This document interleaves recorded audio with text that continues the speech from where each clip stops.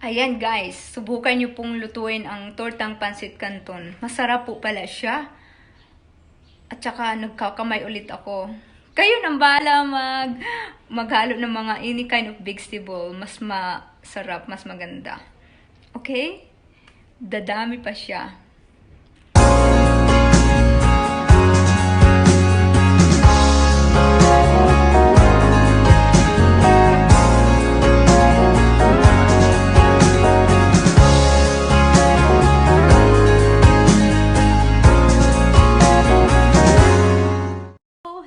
Guys, mushi kumusta sa all? Anyway, today i-upload ko today ang pagluluto ko ngayong araw na ito ng tortang Pancit Canton. Hindi ko talaga akalain may ganun pa lang, pero naririnig ko na yan, pero hindi ko lang sinusubukan. Ngayon sinubukan ko, nilagyan ko ng gulay. Kasi yung una guys, yung Pancit Canton hindi man talaga yun healthy. Kasi lalo na sa mga taong may mga kolesterol. Yan. So, hinaluan ko po ng cabbage. Tapos yung sibuyas na dahon. Tapos sibuyas, kamatis, at saka garlic. So, yun mga hinahalo ko. Kaya, sinubukan kong niluto. Nagulat nga si Habi kasi hindi nga niya to alam, hindi niya naririnig. Pero dumami siya, nakakatipid 'di ba sa isang Pancit Canton, at saka hinaluan ng itlog yung syempre kasi torta nga.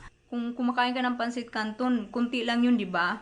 Pero pag hinaluan mo pala ginawa mo ng tortang Pancit Canton, dumadami. Tsaka nagkakaroon ka pa ng mga katas ng gulay. So, sarap naman talaga. Kaya ngayon ko lang natikman to. Masarap yung sanang may malunggay. Gusto ko rin haluan ng malunggay. Kaya lang wala kaming malunggay. Okay, ito na. Panoorin niyo po.